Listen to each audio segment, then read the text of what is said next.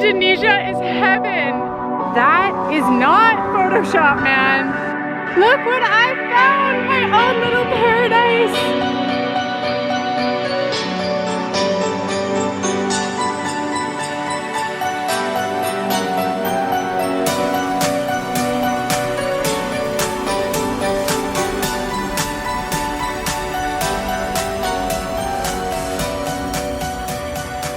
Welcome back to my channel. If you're new here, my name is Robyn Kimberly, and in today's video we are going to talk all the best things to do outside of Bali, because even though Bali is literally one of my favorite places, like hands down on earth, I love it there more than anything, there is so much more to Indonesia than just Bali. And I was fortunate enough when I was traveling in Bali for about 2.5 months this year that I was actually able to explore more of Indonesia that was very close to Bali. So if you have a trip coming up to Bali, or you're living in Bali, or whatever, you want to know what's good outside of Bali, this is the video for you. And without further ado, let's get right into it. So the first place I went that was outside of Bali was the Komodo Islands. This was, oh my God, it was such a crazy, amazing experience. I cannot say enough good things about the Komodo Islands. I did a 2-day and 1-night sailing tour where I slept on a boat. Gotta warn you, like, these aren't like luxury yachts like you're gonna be seeing in like Croatia and stuff like that. It's definitely more like, it's a rustic experience. So that is our boat. My eyes are crying like crazy right now, oh my God. Anytime there's wind, good thing I didn't wear mascara today. Thank you guys. Oh, this is so cute. Okay, so this is our little boat. Or not little boat, I guess it's a pretty big boat. So this is our cabin area. So you can sleep down here. Oh, stop focusing on my face. Or you can sleep upstairs. We'll see how it goes. I feel like I might want to sleep under the stars. But it is so worth it, because the stuff you're gonna see when you do the overnight tour is like you're not gonna see it in the single day tour. For example, the flying foxes that come out only just as the sun is setting was one of the highlights of the trip for me. We saw turtles, we swam with manta rays, we saw the Komodo dragons up close and personal. Holy crap, they are doing the dirty. It was insane, and I just had the most incredible time there. There is something so magical to me and like special about waking up on a boat, being on the ocean, and getting to experience all of the things I experienced just in 2 days in the Komodo Islands, that it had to make this list. It was one of the best experiences of my life. So if you're ever in Bali, I highly recommend that you take the time to go and see the Komodo Islands. Lombok. This was another huge highlight for me on my trips to Bali this year. I honestly had no idea how incredible Lombok was until I got there. It's known as the Island of 1,000 Temples, and the beaches in Lombok are just like next level incredible. I went to both Tanjung An Beach, Maui Beach, and Tampa Beach was the last one that I visited. All three impressed me for totally different reasons. Like, each beach looked like I was on a different island because they were all so different and so beautiful. Also, they have amazing waterfalls. There's some great hiking. I didn't have time to do any of that, but if you do have time, I've heard it's really amazing. And I stayed in a pretty cool hostel in Lombok that I wanted to mention here because I don't know, I really liked it. And it was called Bamba Hostel. This is the entranceway here, and they have reception here. Hello. And this is the pool. This is my favorite part of this place. I don't think I've ever seen a pool like this before. And then I want to show you what the rooms are like, because it's different than a normal hostel. So I have an all-female dorm, and basically kind of tight in here, but this isn't my bed, this is someone else's, but there's like, you can see there's like a little hole in the wall there, and your bed is in there. My bed is up there. And the restaurant there was real good too. So I would recommend to anyone going to Bali, if you have time, definitely visit Lombok as well. Gili Islands. I really debated if I should put these islands on my list today because I haven't actually visited the 3 most popular Gili Islands, which is Gili T, Gili Air, and Gili Meno.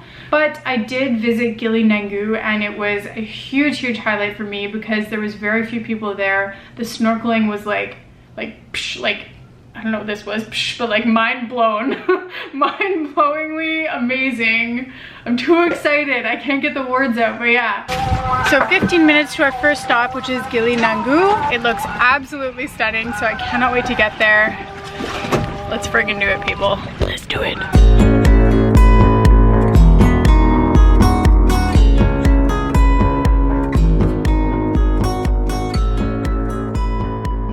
It was incredible. I did like a secret Gili's tour from Lombok, and I actually would not recommend that at all. Gili Nangu was the only island on that like secret Gili's tour, which also included Gili Sudek and Gili Kedis, I believe, that I liked because the other ones were super busy. But I have to include the Gili Islands on this list because so many people visit them, and there's a reason so many people visit them, because they're beautiful. I would just recommend to go in low season if you don't like crowds. Up next, Nusa Penida.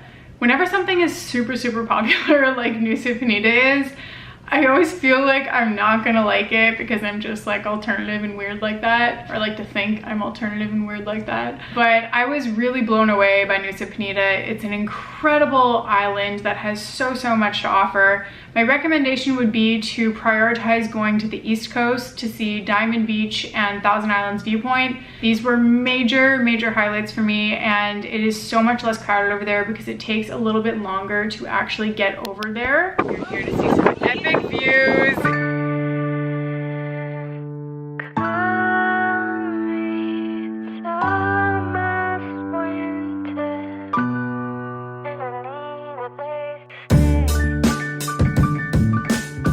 Whereas sites like Kaling King and Angel's Billabong, they're really easy to get to, so there's going to be a ton of other travelers like yourself there. I didn't really love Kaling King and Angel's Billabong just because they were so dang busy. Okay, up we go. Whew, it is busy this morning. Oh my goodness. Yeah, really? Oh my goodness. We were literally like pushing through crowds of people, and that's just like not my idea of a good time. But the East Coast was a totally different story.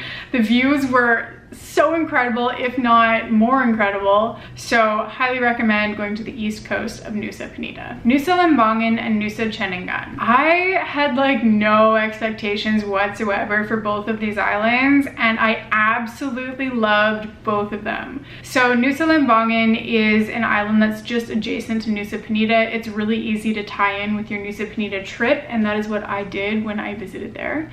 And we ended up just like riding around on scooters there. It's a totally different vibe. Everything is a little bit more dated in terms of like the hotels and stuff like that as compared to the mainland in Bali, but it's just peaceful, nice, wonderful. They have a mangrove there. I accidentally visited this mangrove when there was no freaking water in it, so we sat on boats that were like parked in the sand. But I can imagine that the mangrove is really amazing, and the snorkeling there is supposed to be incredible too when the tides are right. Nusa Ceningan, I did not expect this to be anything, and it was the most incredible thing. So basically what you do is you go from Nusa Lembongan over this bridge that's scooter only. It's called the Yellow Bridge, I believe. And then what you do is you drive over to, what was it called again? Blue Lagoon. Look at how blue that is. No guide will take you here. Oh my gosh. Heck yeah. Heck yeah. This is the best thing I've ever seen. No, never. This is some kind of magic. Terrence is checking out some cliff jumping. 1, 2, 3.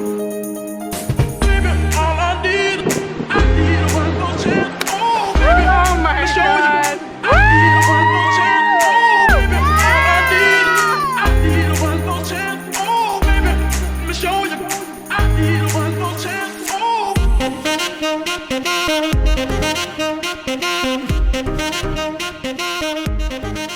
You're insane if you cliff jump there because the tides are so strong. When I heard it was cliff jumping, I was like, yeah, I want to do that. Like, I love cliff jumping. And then I got there and saw how insanely strong the tides were and was like, not for me. But if you are a very strong swimmer, like if you're Michael Phelps, go for it. Yeah, the water there though was just otherworldly. Like it looked like it was photoshopped. Like I was standing there looking at it being like, do I have some weird filter on my eyes? What's going on?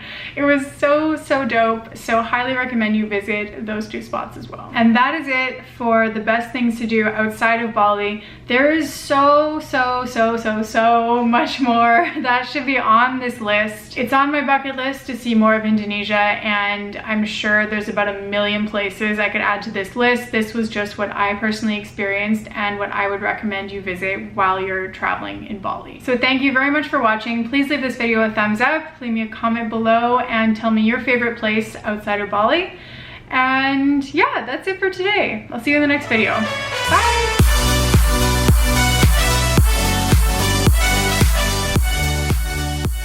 My butt hurts from sitting on those rocks, I'm not gonna lie.